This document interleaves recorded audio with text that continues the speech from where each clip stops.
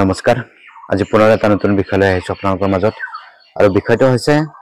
গামোচা বন্ধকীকৰণ। এতিয়া যেহেতু ৰাজনীতিৰ সময়, ৰাজনৈতিক নেতাবোৰে এতিয়া বিভিন্ন প্ৰান্তত বা প্ৰতিটো সমষ্টিতে নিৰ্বাচনৰ বাবে সাজু হ'বৰ হৈছে আৰু তেওঁলোকে যোগদান পৰ্ব ইতিমধ্যে বিভিন্ন অঞ্চলসমূহত আৰম্ভ কৰি দিছে। আপোনালোকে জানেনে যে নিৰ্বাচনৰ সময়ছোৱাত যে একাংশ লোক যোগদান কৰে, সেই যোগদানত কিন্তু যিসকল লোক যোগদান কৰে তেওঁলোকে পূৰ্বৰে পৰা বিভিন্ন ৰাজনৈতিক দলত বা কোনোবা নহয় কোনোবা এটা দলত তেওঁলোক জড়িত হৈ থাকে আৰু এই সদস্যসকলে একাংশ ৰাজনীতিৰ নেতাৰ প্ৰৰচনাত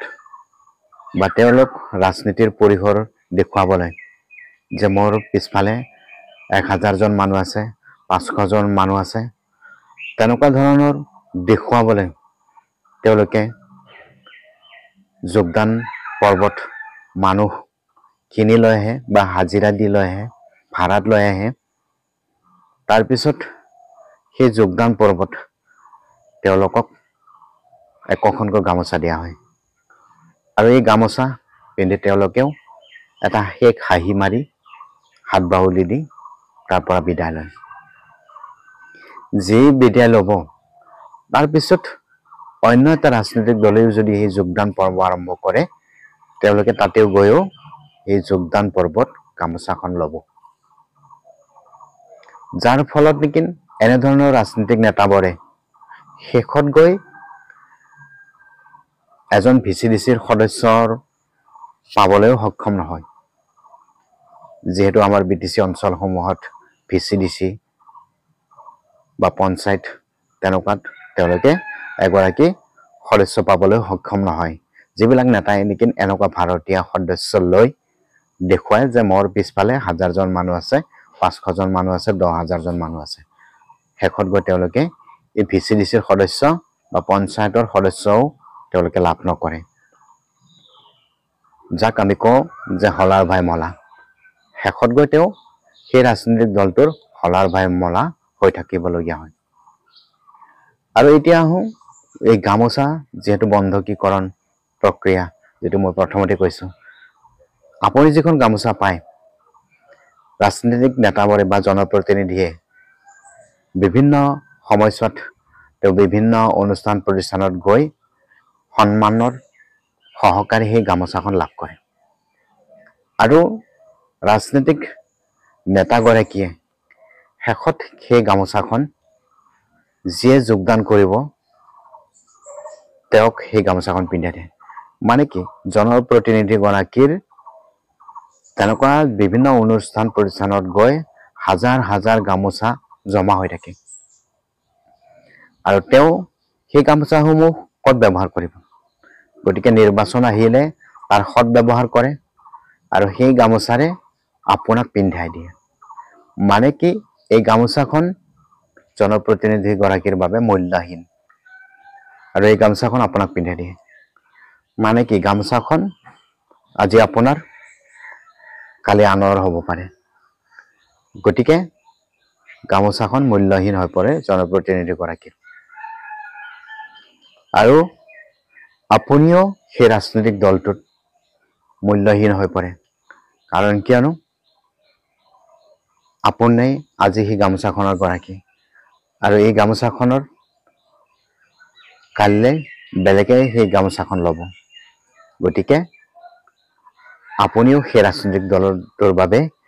আজি হোৱা সদস্যজনৰ যিমান মূল্য,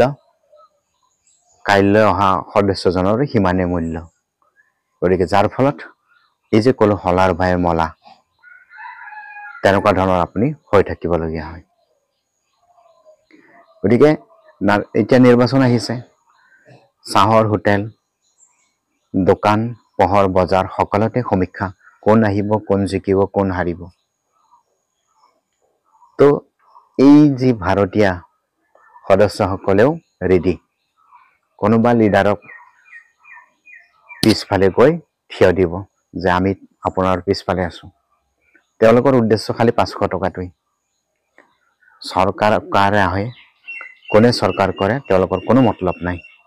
কেৱল 500 টকাটো পালেই হ'ল তেওঁৰ পেট ভৰিলে হ'ল দুৰ্নীতি লাগিলে যিমানে নহওক ৰাস্তা ঘাট যাতে নহলেও কোনো কথা নাই তেওঁলোকৰ বাবে তো তেনেকুৱা ধৰণৰ ভাৰতীয় যোগদানৰ বাবেও সদস্য ৰাজনৈতিক দলসমূহে ব্যৱহাৰ কৰে আৰু ইয়াত একাংশ নেতা জড়িত হৈ থাকে যে এনে ধৰণৰ ভাৰতীয় সদস্য বিলাকক যোগদানৰ বাবে তেওঁলোকে প্ৰতিটো সময়তে বিচাৰি থাকে আৰু যদিও আপোনালোকে তেনেকুৱা ধৰণৰ ভাৰতীয় সদস্য হ'ব বিচাৰে 500 টকীয়াত বহু পাব নেতা আপোনাৰ অঞ্চলত গতিকে সাৱধান হৈ থাকক নিৰ্বাচন যিহেতু আহিছে ৰাজ্যৰ উদ্দেশ্য হ'ল উন্নয়ন হ'ব লাগে আৰু যাতে আপোনালোকে 500 টকাত যাতে বিক্ৰী নাযায় আৰু এনেকুৱা ধৰণৰ নেতাৰ পৰা সাৱধান হৈ থাকক যিয়ে এটা ৰাজনৈতিক দলত যোগদান কৰিও ৰাজ্যৰ হৈ কোনো কাম কৰিব নোৱাৰে তেনেকুৱা নেতাৰ লগৰ পৰাও আপোনালোকে সাৱধান হৈ থাকক খানা মদ মাংসৰে কিন্তু এই সমাজ এখন সুস্থ সমাজ গঢ়িব নোৱাৰে গতিকে সাৱধান হওক এনেকুৱা নেতাৰ পৰা